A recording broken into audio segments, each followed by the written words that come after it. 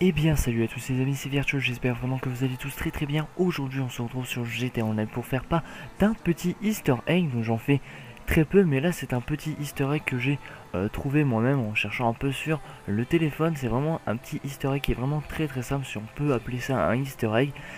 Et du coup, cet easter egg vous permettra tout simplement de savoir si vous êtes capable de conduire sur GTA 5. Donc ça sera sous forme de quiz, sous forme de questionnaire avec des réponses A, B, C, etc.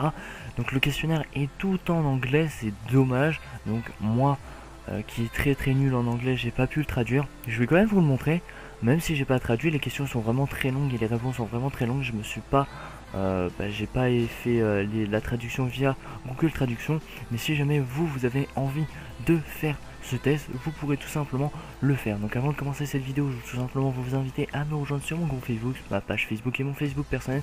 Donc tous les liens se trouveront dans la description. Je vous demanderai aussi tout simplement, si vous êtes d'accord, de rejoindre ma chaîne 100% course qui se trouvera dans la description. Et en notation, on vient de passer le cap des 2100 abonnés. Je vous remercie, merci beaucoup, merci.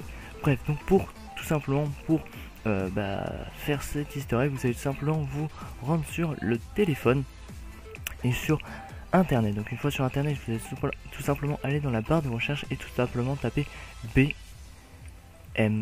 Et une fois que vous avez tapé ça, vous allez tout simplement faire entrer. Donc là, un seul résultat apparaît, donc département des transports de San Andreas. Vous allez tout simplement cliquer dessus et là une page apparaît, donc en ce qui concerne les tests, etc. Et là vous allez tout simplement faire take the test.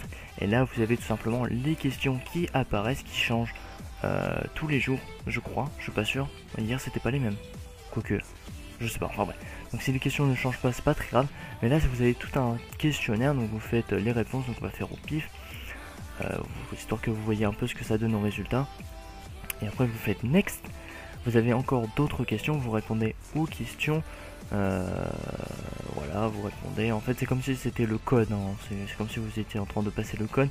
Et après vous faites get result. Et là you failed, ça veut dire que j'ai échoué. Je me suis complètement affalé, c'est comme si j'avais raté mon code. Mais du coup, vous, si vous voulez traduire les questions en français, vous pourrez via Google Traduction ou via d'autres sites.